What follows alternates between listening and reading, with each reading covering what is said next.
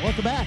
Hour number 3, the Vegas Take. Sharp and Shapiro, glad you could join us. Coming up here at the bottom of the hour, world's fastest magician, Hans Kloke, will be in studio. It is going to be an interesting time. We will also be giving away some tickets. So you're going to want to stay tuned for that. Tomorrow on the show, Michael Avenatti will be joined on the air with Tom Arnold. So that is going to be a fun hour of radio. I promise you that, folks. But, okay, JD. So, by the way, you had asked me a question last hour, and I didn't give you a chance to finish the question and answer. You had said something. We were talking about Donald Trump's rhetoric. Well, I was saying you're all about intellectual honesty. Let's be intellectually honest. Who's more attractive to you, Melania Trump or Ted Cruz's wife? Well, obviously it's going to be Melania Trump. That's a no-brainer, right? That's not even a debate. And I would guess that 99% of the country probably think the same thing. Yeah, but 99% of the country, as a elected official, would not go on social media and insult the woman's looks. If you're trying to win some type of election or do what Donald Trump was doing in the last 2 years, would it be bad or good for your interests to make that comparison against your opponent? 100% of the time, it is horrible to compare a woman's looks, whether you're a Democrat or a Republican, to go after someone's looks. Let's assume that you don't care about that, though. And all you care about is just looking better than your opponent. Would that be better? Would that be bad or good? But that's a ridiculous question. But that's how Donald Trump thinks. He doesn't care. Because he's an idiot. Well, that's a bad trait, then. You can call him an idiot, but he just doesn't care. He just wants to look better than the person in his competition. Okay, but he is all about winning, like I've said, just like Michael Avenatti has said several times. But make no mistake about it. Let me make this very clear. Never is it ever okay when you're trying to win an election or even get a job or in any situation, never is it okay to compare your looks I'm not to suggesting that it is, Brian. Okay, never is it okay, and that is the point I am trying to make, and you're trying to justify it, which I don't understand. And the last 44 presidents that we've had, none of them did that, but Donald Trump did. And it was different, and it's not different, it's disgusting. It was informal, and some people said, okay, let's do it. It's not informal. That's one of the reasons but why they're not going to look at that like it's a positive for Trump. Let me ask JD. you a question. You're not going to look at it as, oh yeah, that was one of the reasons why he won. But he believes that it is a positive for Trump. Okay, but if you're in the workplace, if you're working in a cubicle, okay, and maybe you don't get along with somebody next door to you in your cubicle, and you put on social media for everybody to see who do you think is better looking, and then you put up a picture of your wife that might be more attractive than somebody else's wife, what do you think would happen to your job? You know, that's how Facebook actually started, was Mark Zuckerberg did Hot or Not with women at Harvard University. Yeah. Okay, but that's in different context. I'm saying, what do you think would happen to that person's job if you or I did that in a cubicle somewhere? Well, I'm sure it would be considered harassment or something. Yeah, you'd probably lose your job. It depends on how big the company is. You know, there's a lot of different variables you can consider. Well, that's kind of a theme with Trump, though, is that he does a lot of things, right, that you would get canned for in a regular gig, right? But here's something that discredits. There's so many times where Trump does that. Well, right? the president of the United States isn't exactly a quote-unquote regular gig. Here's something that discredits Melania Trump altogether, okay? Her 6 languages she speaks? No, and then we'll end the conversation here. She married the orange man, Donald Trump. End of conversation. I'm sure it was for his lavish. Drop. Hey, yeah, there was so much substance to that statement, Brian. Thank you. I love it. Well, you know what? You're so well versed on Melania Trump. You know so much about her. Yeah. If you want to, I do actually. But if you want to talk about, when she decided to marry him with his man boobs and his orange look-alike hairdo and all that other stuff. Brian, what are you talking about? She married Donald Trump for his personality, for the things that he does for the community. And he treats women with such respect. For his social work. That's what he married him for. Name 4 men 74 years or younger or older who don't have man boobs and who have a 25% or less body fat percentage. You can't, Brian. Mick Jagger. Oh, don't flare your hands up in the air. Mick Jagger. Yeah. Bruce Springsteen. Yeah. Steve Tyler? How about Bruce Willis? Have you Bruce Willis? He's not that old. I think he's 61 or 62. He's not that old. Richard Patrick's pretty cut. Have you seen Steven Tyler with the shirt off lately? Have you seen Donald Trump with his shirt off? Have you seen Mick Jagger with the shirt off lately? Name me 4 people in the world that have smaller hands than Donald Trump. Huh?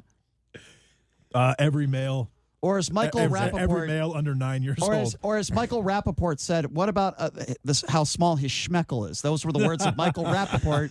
That was the first time I've heard the word schmeckle in probably 15 years. That was top-notch. Because of Michael Rappaport and his sudden publicity stunt, over-the-top statements, I did go watch True Romance the other day, and I recommend it for anybody else because that's an outstanding movie. Real quick. So well done, Michael Rappaport there. I want to play this because I think it's a very serious story. And, Demarcus Cousins, I've actually...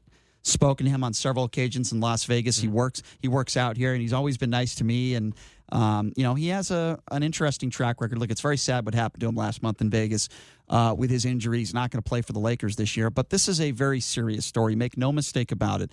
This is Demarcus Cousins talking to the mother of his child, now his ex-girlfriend, threatening his ex-girlfriend with death. This is really bad. I want you to hear this audio.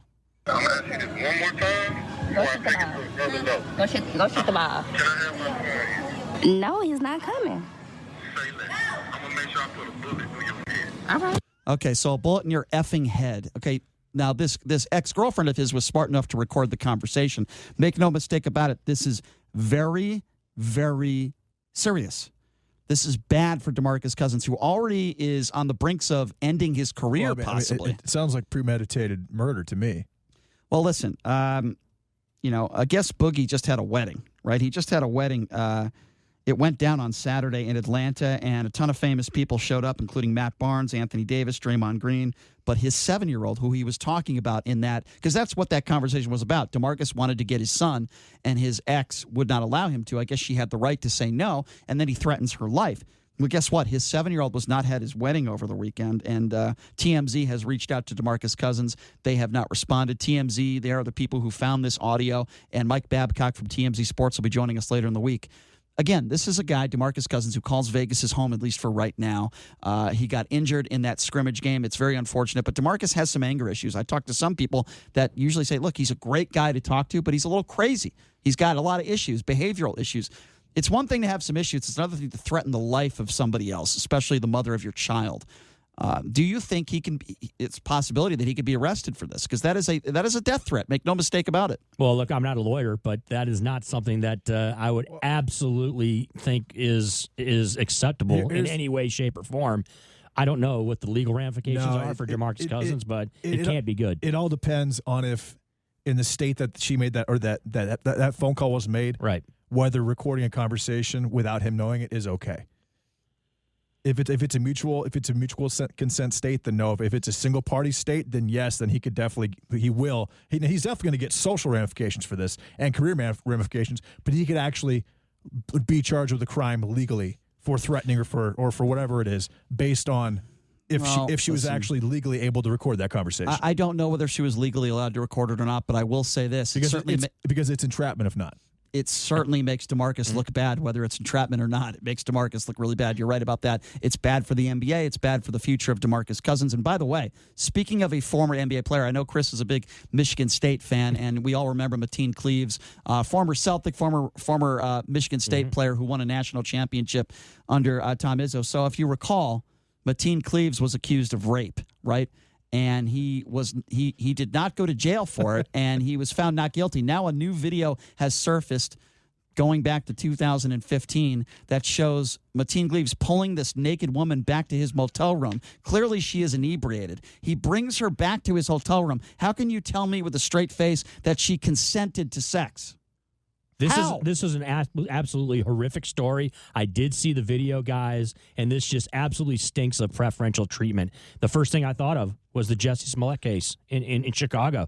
I think that this was absolutely the wrong outcome for what took place here. And yes, Brian, when you see the video, it is absolutely disturbing on every level.